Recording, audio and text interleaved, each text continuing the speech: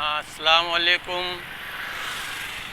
میں آپ کا اپنا دو بھائی خلیفہ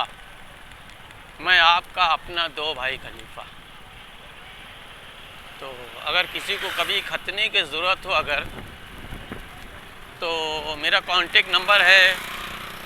9920300196 اور ایک کانٹیکٹ نمبر ہے 7276583035 اور ایک کانٹیکٹ نمبر ہے 9028545498 تو موبائل نمبر نوٹ کر لیجئے، یاد رکھیے، ذہن میں ایک دم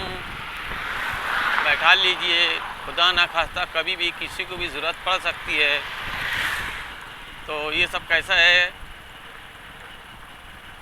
بعض ٹائم ایسا ہے تلاش کرنے سے نہیں ملتا ہے۔ بہت سے لوگ میرے کو جو نا بولتے ہیں کہ یار تمہارا نمبر ڈھونڈتے رہو، ملتا نہیں ہے، اور ہم کو ختنے کی ضرورت تھی تو ہم نے ڈاکٹر سے کروا لیے، ہم نے ادھر کروا لیے، ہم نے ادھر کروا لیے، اور پھر کچھ لوگ ایسا ہے دوسروں سے ختنہ کروا کر پھر بعد میں جو نا تکلیف ہو جاتی ہے، پھر بعد میں ہم کو فون کر کے بلاتے ہیں، ہم جاتے ہیں اس کو کلیئر کر دیتے ہیں۔ اور بعض ٹائم ایسا ہوتا ہے ختنہ کرنے کے بعد زخم جلدی بھرتا نہیں ہے تو بھی تکلیف والی بات ہو جاتی ہے، پھر ہمیں فون کرتے ہیں، ہم جاتے ہیں، اس کو دوا وغیرہ لکھ دیتے ہیں، سمجھاتے ہیں اور بولتے ہیں کہ یار کبھی بھی کسی کو بھی ختنے کی ضرورت ہو تو ہمارا نمبر نوٹ کر لیجئے، یاد رکھیے، ایک دم ذہن نشین کر لیجئے۔ تو ہمارا کانٹیکٹ نمبر ہے 9920931196 اور ایک کانٹیکٹ نمبر ہے 7276583035 اور ایک کانٹیکٹ نمبر ہے 9028545498۔ ہاں، تو میرے دوستوں، میرے بزرگوں، میرے ساتھیوں، امید کرتا ہوں سب میرے بھائی لوگ خیریت و عافیت سے ہوں گے۔ اللہ تعالیٰ تمام مومنین مومنات کی ہر حادثے سے، ہر تکلیف سے اور ہر دشمنوں سے حفاظت فرمائے، چاہے وہ دشمن خاندان کا ہو یا باہر کا ہو، کیونکہ باہر کے دشمنوں سے تو انسان نپٹ لیتا ہے، لیکن جو خاندانی دشمن ہوتے ہیں نا ان سے نپٹنا تھوڑا مشکل ہوتا ہے، کیونکہ یہ ہوتا ہے کہ بھائی وہ اپنے بھائی ہے، اپنا خون ہے، ورنہ آج کے دور میں کوئی کسی سے ڈرتا نہیں ہے یار، سب اپنی کماتے اپنی کھاتے ہیں، سب اپنی کماتے اور اپنی کھاتے ہیں، کوئی کسی سے ڈرتا نہیں ہے۔ لیکن بس کچھ لوگ جو ہے احتیاط کرتے ہیں، اور احتیاط کرنا پڑتا ہے کہ نہیں یار آج اگر اس کو تکلیف ہوئیں گی تو اپنے کو بھی تکلیف ہوئیں گی، بس یہ سوچ کے نظر انداز کرنا پڑتا ہے، اور نظر انداز کرنا پڑے گا زندگی بھر، ورنہ کیسا ہے اس کی پکڑ یہاں نہیں تو وہاں ہوئیں گی۔ اور اللہ سبحانہ تعالیٰ کا لاکھ لاکھ احسان اور کرم ہے کہ ہم کو امت محمدیہ میں اللہ تعالیٰ نے پیدا کی ہے، اور اللہ تعالیٰ نے رشتہ داروں کے ساتھ جو حسن سلوک کا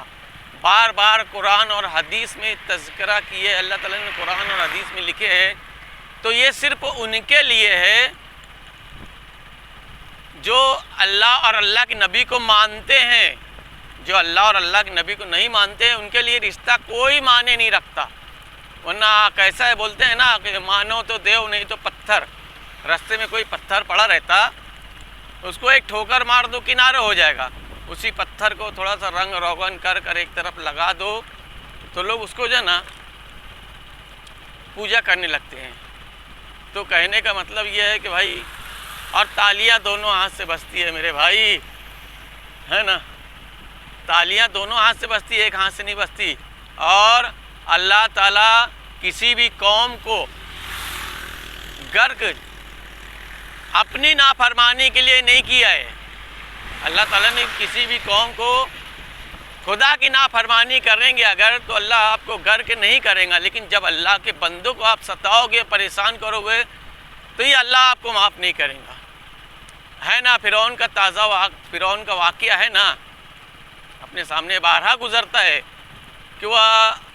اللہ کی بہت زیادہ نافرمانی کرتا تھا، الٹا لٹک کر اللہ سے گڑ گڑا کر اللہ سے دعا مانگتا تھا، اللہ سے گزارش کرتا تھا کہ اللہ کل میں ایسا کرنے والا ہوں، میرا یہ کام کر دے، اور وہ اپنے آپ کو خدائی دعویٰ کرتا تھا۔ تو جب تلک کہ خدائی دعویٰ کرتا تھا، اپنے آپ کو خدا مانتا تھا، لوگوں سے منواتا تھا، جب تلک کہ تو اللہ تعالیٰ نے ڈوری ڈھیلی رکھے، لیکن جہاں پر اس نے اللہ کے بندوں کو ستانا شروع کیا ہے نا، حضرت موسیٰ علیہ السلام کی طرف اپنا پورا فوج لے کر لپکا وہ، اور جب فوج لے کر لپکا تو دریائے نیل کے قریب آتے ہی حضرت موسیٰ علیہ السلام نے اپنا عصا ڈالے ندی کے اندر، تو ایک راستہ بن گیا۔ تو اس پر بھی فرعون نے کہا کہ دیکھا ہمارا دعویٰ، ندی پر سے بھی راستے بن گئے، لیکن جب حضرت موسیٰ علیہ السلام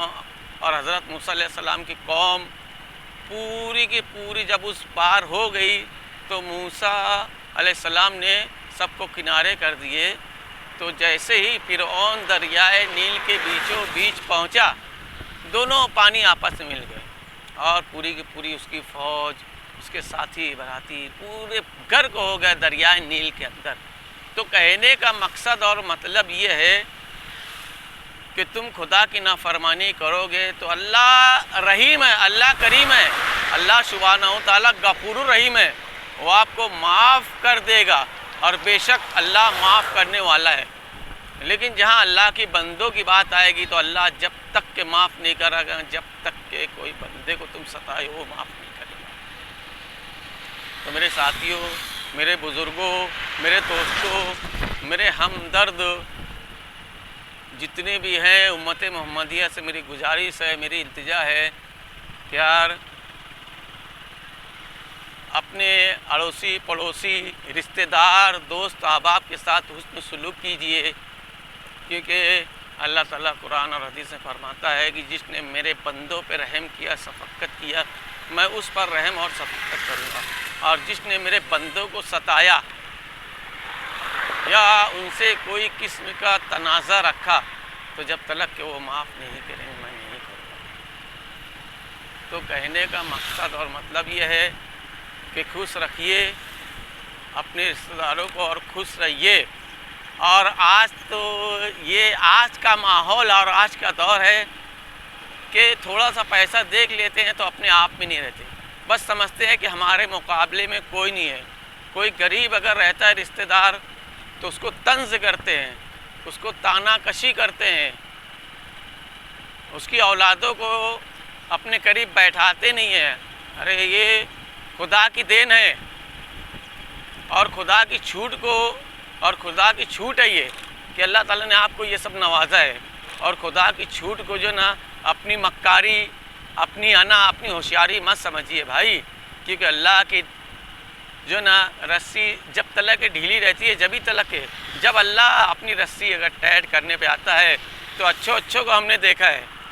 جو لکھ پتی، کروڑ پتی، ارب پتی، جب وقت آتا ہے نا تو بستر پر پڑے رہتے ہیں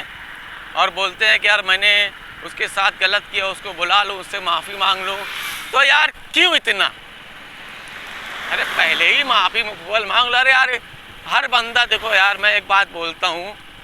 انسان جو ہے غلطی کا پتلا ہے،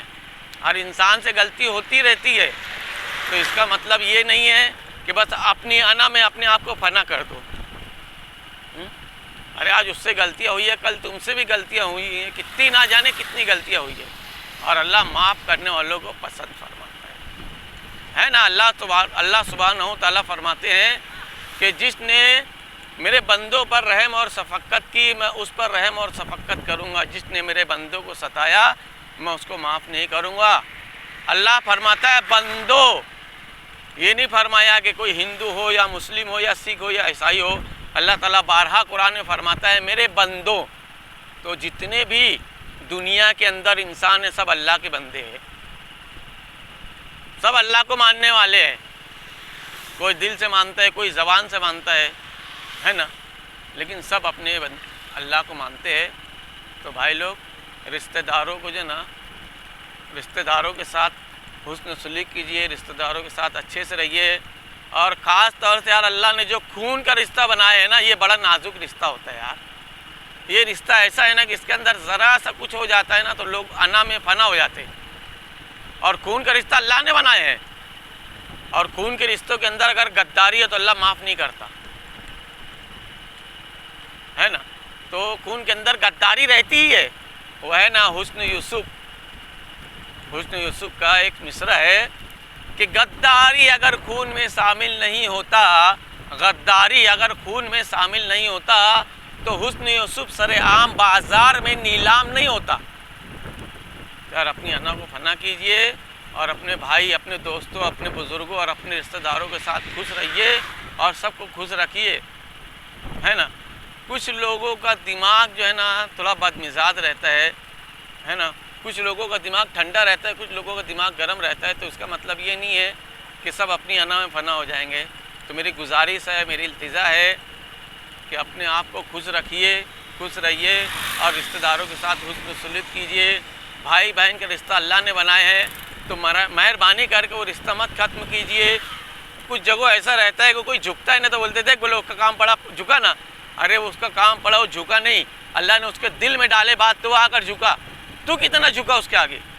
چاہے چھوٹا ہو یا بڑا ہو، اگر کوئی جھک رہا ہے تو اس کا مطلب یہ نہیں ہے